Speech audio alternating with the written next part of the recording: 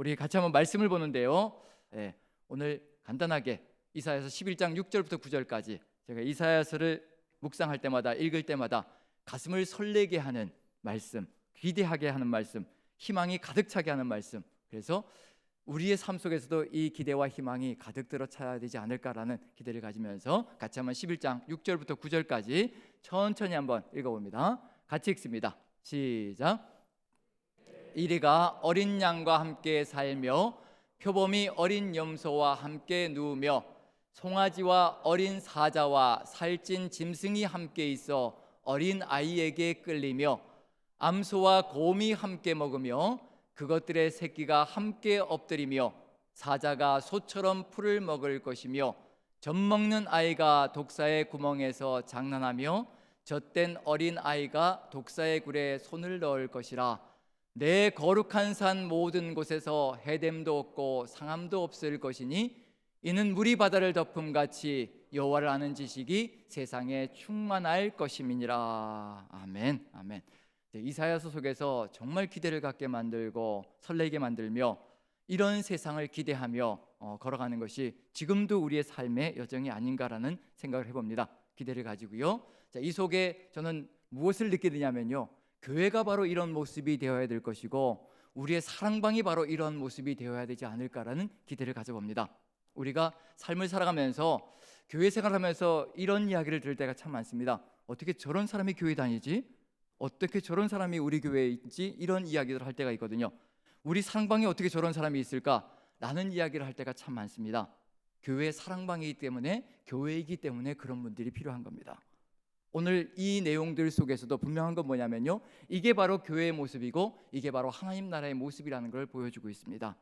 다양한 종류의 사람들이 모여들고 있다는 것을 보여주고 있거든요. 한번 살펴보면 6절, 7절, 8절을 보면요, 이리가 있고요, 어린 양이 있고요, 표범이 있고요, 어린 염소가 있고 송아지가 있고 사자가 있고 살찐 짐승이 있고 어린 아이가 있고요, 암소도 있고 곰이 있고 그 다음에 또 사자가 있고 소가 있고요, 그 다음에 젖먹는 아기가 있고 그 다음에 독사도 있습니다. 교회 안에는 이렇게 다양한 사람들이 모여 있는 것이 우리의 교회의 모습이라는 것을 분명히 보여주고 있는 중입니다. 하나님 나라도 역시 마찬가지고요. 그럼 이제 우리 한번 손을 들어서 한번 자신은 어떤 쪽에 속하는지 한번 손을 들어볼까요? 자, 독사 한번 손 들어주시죠. 독사부터 시작하니까 손 들기가 좀 그런가요? 자, 어린 아이부터 한번 해볼까요? 예, 어린 아이. 예.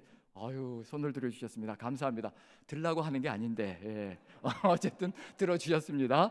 어린 아이도 있고 이리도 있고 그 다음에 사자도 있고요, 표범도 있고요, 살찐 짐승도 있고요, 그 다음에 독사도 있습니다. 어린 아이도 있습니다. 이렇게 다양한 존재들이 모여서 어우러지는 장소가 바로 교회라는 장소라는 얘기거든요. 하나님 나라라는 겁니다. 정말 다양합니다. 사랑방에도요, 정말 이렇게 어떻게 가지각색의 성격들을 가진 사람들이, 성향을 가진 사람들이 이렇게 모여 있을까 싶을 정도로 정말 다양한 사람들이 모여 있습니다. 그리고 뭐라고 되어 있냐면요, 함께 살며라고 되어 있습니다. 이리와 어린 양이 함께 살고요, 그 다음에 함께 눕고요, 그리고 함께 있고요, 끌린다라고 되어 있습니다. 함께 먹는다라고 되어 있고 함께 엎드린다라고 되어 있고 독사의 굴에 손을 넣는다라고 되어 있습니다. 장난을 친다라고 되어 있습니다. 이게 바로 하나님 나라의 모습이 되고 우리 교회의 모습이 된다면요, 정말 얼마나 아름다울까? 그것을 한번 기대해 볼 만한 거죠. 우리가 지금 우리의 생각들과 주장들과 계획들과 뜻들로 가득 들어차서 우리의 모든 개성들이 다 드러날 때 우리는 이런 모습들을 가지고 있다는 얘기거든요. 하지만 이 속에서 분명히 우리가 깨달아야 할 게 뭐냐면요, 이렇게 다양한 사람들이, 이렇게 다양한 성향의 사람들이 하나 될 수 있는 비결이 어디에 있고, 함께 누울 수 있고 함께 먹을 수 있고 장난칠 수 있고 서로가 끌릴 수 있는 비결이 어디에 있을 것인가, 그걸 알려주시는 겁니다. 우리가 그걸 배우지 못하면 사랑방은 절대로 하나가 될 수가 없습니다. 우리 하나님께서도 기대하시는 건 서로가 똑같아져야 된다라고 말씀해 주시지 않으시고요, 이와 같이 다양한 사람들이 하나 되어서 한 공동체를 이루어갈 수 있는 것이 어디에 있을 것인가, 바로 9절에 답이 들어가 있습니다. 9절을 같이 한번 읽어보죠. 같이 읽습니다. 시작. 내 거룩한 산 모든 곳에서 해됨도 없고 상함도 없을 것이니 이는 물이 바다를 덮음같이 여호와를 아는 지식이 세상에 충만할 것임이니라. 여호와를 아는 지식, 삼위일체 하나님을 아는 지식이 우리 안에 가득히 들어찰 때 어떤 성향의 사람들이 모여 있을지라도요, 해됨도 없고 상함도 없을 것이라고 분명히 기록하고 있습니다. 상처도 주지 않고 상처도 받지 않고 서로 해코지하지도 않고 서로 해됨도 없고 서로가 하나로 어우러져서 서로가 끌리며 사랑하며 공동체를 만들어갈 수 있는 길이 바로 거기에 있다는 것을 우리에게 알려주시고 계시는 중입니다. 물이 바다를 덮은 같이 여호와를 아는 지식이 우리 안에 가득 들어찰 때 바로 이와 같은 역사가 펼쳐질 것이라고 기대하고 있습니다. 무려 몇 년 전이냐면요, BC 700년경에 이사야가 활동했기 때문에 지금으로부터 2700년 전에 하나님께서 이사야 선지자를 통해서 주신 꿈입니다.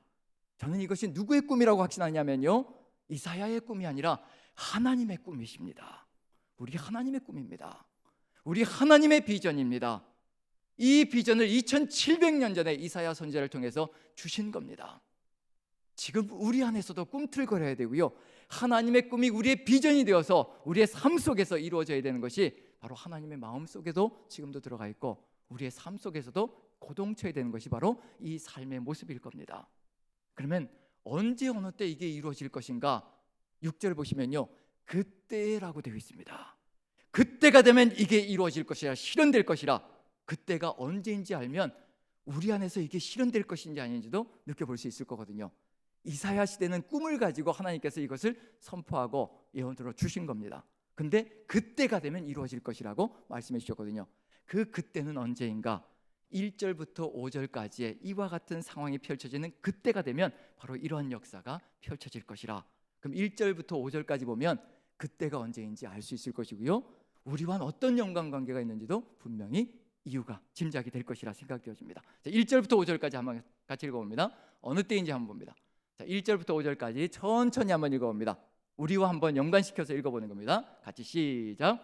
이새 줄기에서 한 싹이 나며 그 뿌리에서 한 가지가 나서 결실할 것이요, 그의 위에 여호와의 영 곧 지혜와 총명의 영이요 모략과 재능의 영이요 지식과 여호와를 경외하는 영이 강림하시리니 그가 여호와를 경외함으로 즐거움을 삼을 것이며 그의 눈에 보이는 대로 심판하지 아니하며 그의 귀에 들리는 대로 판단하지 아니하며 공의로 가난한 자를 심판하며 정직으로 세상의 겸손한 자를 판단할 것이며 그의 입의 막대기로 세상을 치며 그의 입술의 기운으로 악인을 죽일 것이며 공의로 그의 허리띠를 삼으며 성실로 그의 몸에 띠를 삼으리라.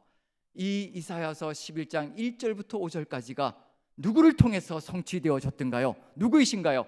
이새 줄기에서 한 싹이 나고 그 뿌리에서 한 가지가 난다. 다윗의 혈통으로 이분이 오실 것이고 이분이 이와 같은 역사를 펼쳐낼 것이라. 우리의 죄를 다 사하시고 이와 같이 정의와 공의로 세상을 심판하시며 판단하시는 그날이 오실 것이라. 언제인가요? 누구를 통해서 실현되어졌던가요? 우리 구주 예수 그리스도를 통해서, 다윗의 혈통으로 오신 우리 구주 예수 그리스도를 통해서 이 모든 것이 다 성취되어졌습니다.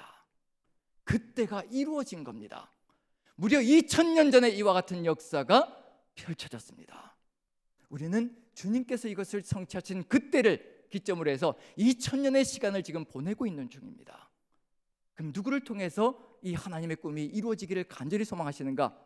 바로 우리 그리스도인들을 통해서 이와 같은 하나님의 꿈이 우리의 비전이 되어서 이 땅 위에 우리의 사랑방 안에서, 우리 남산교회 안에서 이와 같은 역사가 펼쳐지기를 간절히 소망하시는 것이 하나님의 계획 속에 들어가 있다는 것을 우리가 믿고 확신한다면요, 지금 우리가 걸어가야 될 사명의 길이 무엇인지, 사랑방이 어떤 공동체가 되어야 될 것인지, 정말 같은 종류의 사람들이 어우러져서 예수 그리스도를 아는 지식으로, 하나님을 아는 지식으로 가득 들어차서 하나 되어질 수 있는 공동체가 이루어지는 것이 바로 우리의 삶 속에 실현될 수 있다는 것을 우리가 믿는다면, 지금 이제 앞으로의 여정은 어떻게 걸어가야 될 것인가? 이제 오늘은 방학을 하지만요, 이제 언제까지요? 8월 말까지 이사야서를 묵상할 겁니다. 8월 말까지 이사야서 66장까지가 묵상될 겁니다. 그러면 이제 우리가 방학을 하는 이 순간이 방학이 아니라요, 이사야서를 끊임없이 묵상하며 하나님의 이 꿈이 우리의 비전이 될 수 있도록 우리는 이 방학 기간을 펼쳐갈 겁니다. 그리고 8월 말이 끝나고 이제 개학을 하는 그때, 사랑방이 개학을 하는 그때, 개강을 하는 그때, 이제 누구의 꿈이 우리의 삶으로 이루어져 가기를 간절히 소망해야 될까요?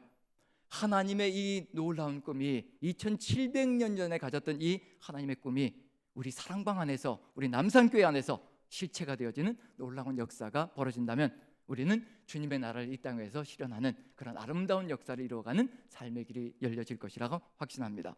우리의 힘으로 하는 것이 아니라 누가 함께 하시나요?